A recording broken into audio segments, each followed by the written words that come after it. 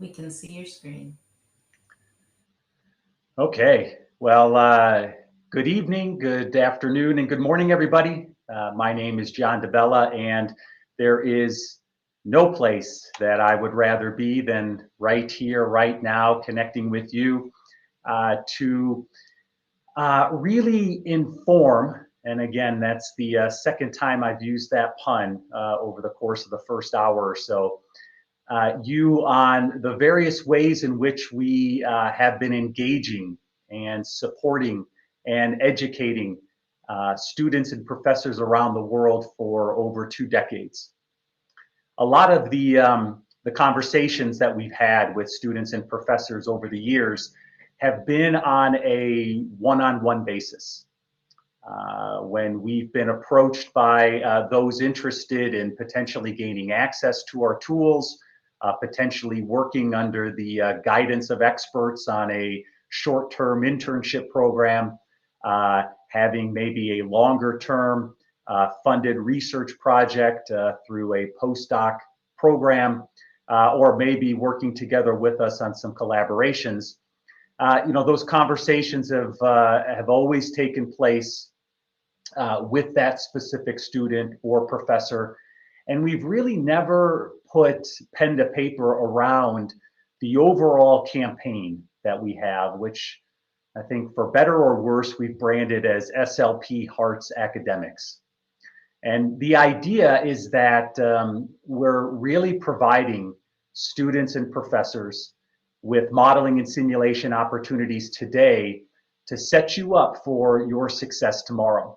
And so what I'd like to do over the course of the next 15 minutes or so is just provide a little bit of background on these different ways in which we support your research efforts, your educational efforts, and encourage you to reach out to learn more. I'm going to start by just kind of laying the foundation of the evolving relationship, as I see it at least, between modeling and simulation solutions and research and development, whether that's from a nonprofit perspective or commercial endeavor. When we were first setting off, putting our feet to the pavement and trying to spread the gospel of modeling and simulation solutions and how they can be applied to help support research and development, we were met with a lot of skepticism. We're talking about the mid to late 90s going into the early aughts, where we're trying to state and claim that we can develop virtual animal or human models. We can try and predict what is going to be the exposure throughout the body and use that to help us better decide on which experiments to invest in, which directions we should go with our projects, and maybe at some point well off into the future, could we potentially utilize these results in lieu of certain studies when engaging with regulatory agencies. But back 20 years ago, the early adopters, the early believers were interested, and what they wanted to see was whether or not modeling and simulation might help. Could we gain potentially some unique insight into our drug's performance through these new tools that Simulations Plus has developed to complement all of the experimental work we were going to be doing. As more publications were coming out and more work being presented at conferences, we did start to see a shift in the tone of the questions that were being asked. Instead of wondering if modeling and simulation could support our work, could we base some of our decisions based upon the outcomes from various modeling and simulation approaches?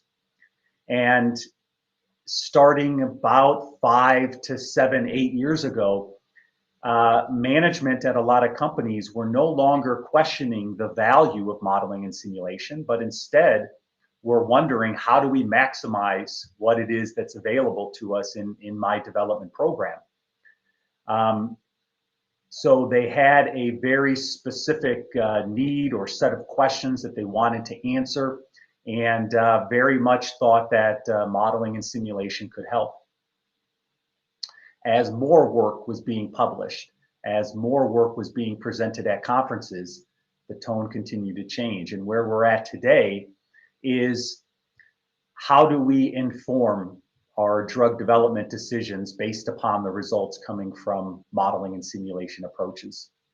And while we're still only scratching the surface of the various ways in which technology can be applied, a lot of companies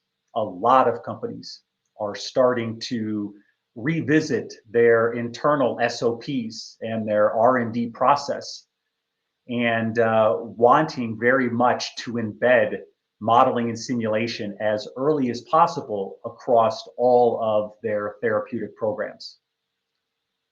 They want to make sure that they're utilizing and leveraging the outcomes here in a consistent way from the very beginning. And because of this change in the SOPs and the R&D processes, there is an enormous appetite for modeling and simulation talent. And that's evident by a little exercise that I started about 3 years ago, where I was trying to, at various presentations, encourage more students and more professors to incorporate modeling and simulation approaches and software into coursework, into research work, and so on. It's been a while since I've done any sort of meaningful job search. And so what I had done was I said, listen, going to a common job search website in the United States called Indeed.com and plugging in the phrase or the term PBPK modeling, I'm curious how many jobs are posted at any one time that require or have a strong preference for individuals with a PBPK modeling background or at least some experience. And so when I started this back in November of 2018, at that time, that particular snapshot, there were a little over 40 job openings around the US where PBPK modeling was a search term included in the job description. I repeated that exercise about a year later and was happy to see that there was, at that snapshot in time, an increase of about 25% in the number of job openings where, again, PBPK modeling was a requirement or strong preference. Fast forward another year, and again, another 25 to 30% increase in the number of job openings. Notice, though, that there's a real kind of inflection point that was reached, and this is when we're kind of in the midst of the pandemic. Over the course of the year from November 2020 to November 2021, there was a twofold increase in the number of job openings. And what was, I think, even more interesting and more exciting was that it wasn't just the normal large pharma groups that were trying to replenish or expand their team of modelers. Companies of all shapes and sizes in all sorts of industries and markets were very much looking to onboard talent with PBPK modeling experience. There is no better way to ensure future security and success if you're a student who's attending today than to make sure that you've got a solid background in modeling and simulation, and in this case specifically PBPK. And how is it that Simulations Plus can help you and your fellow peers at your university, your professors who are putting together course material and content, who are helping to mentor and oversight your research programs to best accomplish this? And I think this is where the SLP Hearts Academics campaign and program comes into play. There's a variety of opportunities which we provide And I'll go into a little bit more detail here in a second on each one. But what we've wanted to do is provide a streamlined, frictionless process for accessing our software, whether it's just for your own self-education or whether it's to try and apply towards your graduate or nonprofit research activities. We've also put in place and have had in place really for a while programs where on a short-term basis you have the opportunity to work under the guidance of experts and be assigned to a particular project to build out your modeling and simulation expertise. We have been very active over the years in funding research, postdoctoral research. Most of the time industrial postdoc research opportunities where we want to bring in strong talent to Simulations Plus to help drive and advance modeling and simulation science. But we also have relationships with professors all around the world where we're funding research directly in their labs. And we've made a very concerted effort, especially over the past year, in building out a wider learning services opportunity. And I'll talk a little bit more about what is available both virtually and soon again in person from a training and workshops perspective. But the one area that I do want to place a special emphasis on is this University Plus program. So this was something that we rolled out last fall as part of our 25-year anniversary celebration as a company. And the main idea is to offer access to Simulations Plus software to universities worldwide and make the application process as easy as possible. And you can see in this little screen grab here that it's not just tools like GastroPlus or ADMET Predictor, but there are opportunities to gain access to the DILISIM platform, opportunities to gain access to the Monolix, Simulix, and PK Analytics platforms, along with some of our other in vitro simulation tools like Membrane Plus and DDD Plus.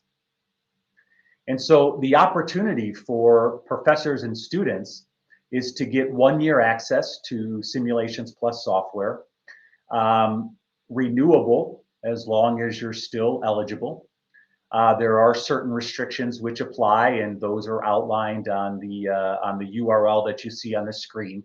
And we'll make sure to post this URL in chat messages. We'll make sure to distribute these slides if there's interest, so that it's very easy for you to navigate to the application form.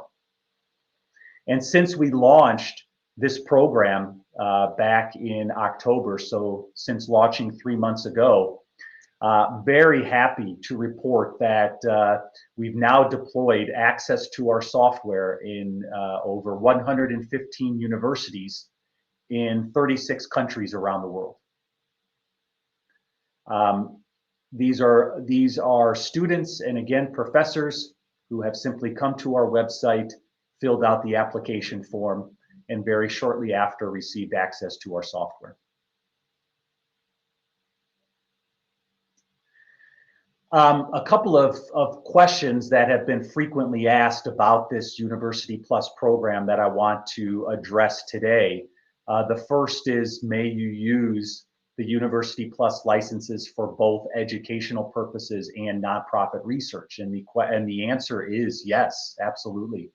There is a nonprofit agreement that you must review and sign prior to the licenses being granted. But you can use those to support both your educational pursuits and nonprofit research activities. And I think what's also very exciting here is that we encourage you to also consider using our tools in support of any government grants for which you're going to apply. So you may absolutely use the access to the software here, provided these government grants are supporting nonprofit activities. Please do consider using our tools in your applications.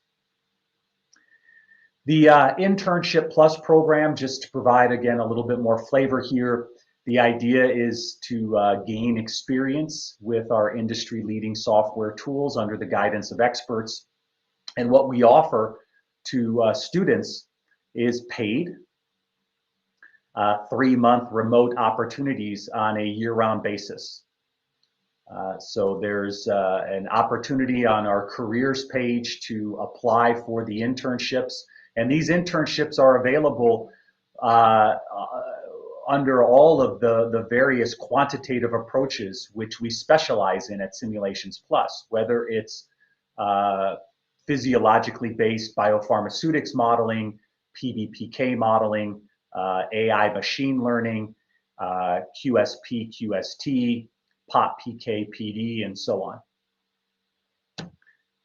For the postdoc research opportunities, we do fund anywhere from 3 to 5 postdocs per year.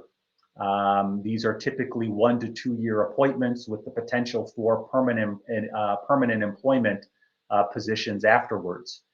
And the idea is that we try to choose and select very specific programs that we would like to make some advancements in, and identify some very good talent who can help us reach those goals. There's also, and this is a call out to professors that are in this meeting, opportunities to be able to set up calls with us and talk through some of the research you're doing. And there's some opportunities available for Simulations Plus to fund some of the work that's taking place in your labs today. And then finally, with respect to the rollout of the expanded learning services offering, we have now monthly hands-on workshops to ensure virtual or, again, soon in-person learning opportunities. There's a full calendar of events that are available on our website.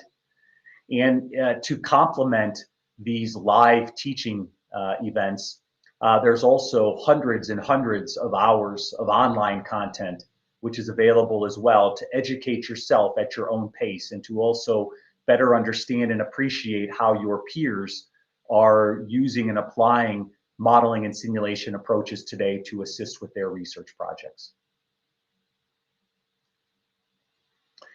So to just kind of summarize here, the combination of providing a frictionless process to gain access to software, the opportunities that we provide on the training and educational side, and the opportunities to collaborate together to drive advances in modeling and simulation sciences means that it's a win-win proposition.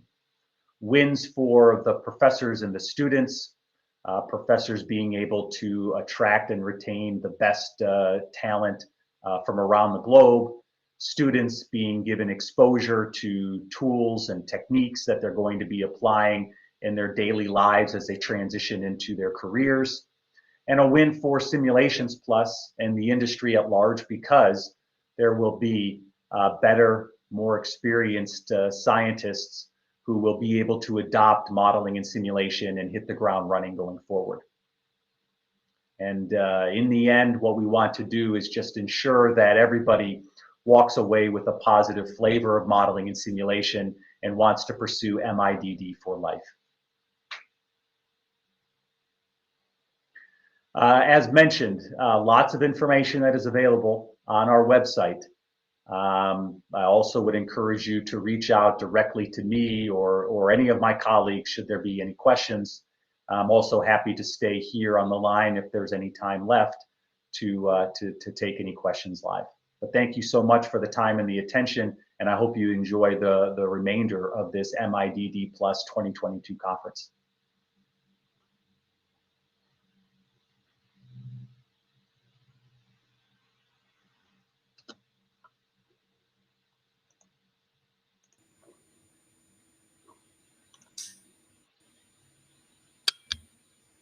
Okay, John, we do have a question.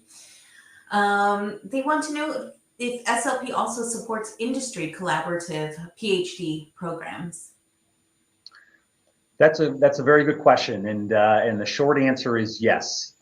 So there's there are opportunities for us to discuss with you and with your sponsor ways in which we can make access to our software available, and then to also discuss if there's a mutual interest, how Simulations Plus could actively participate, whether it's through funding, whether it's through providing our own scientists time to oversee and provide guidance to some of the tasks and the objectives.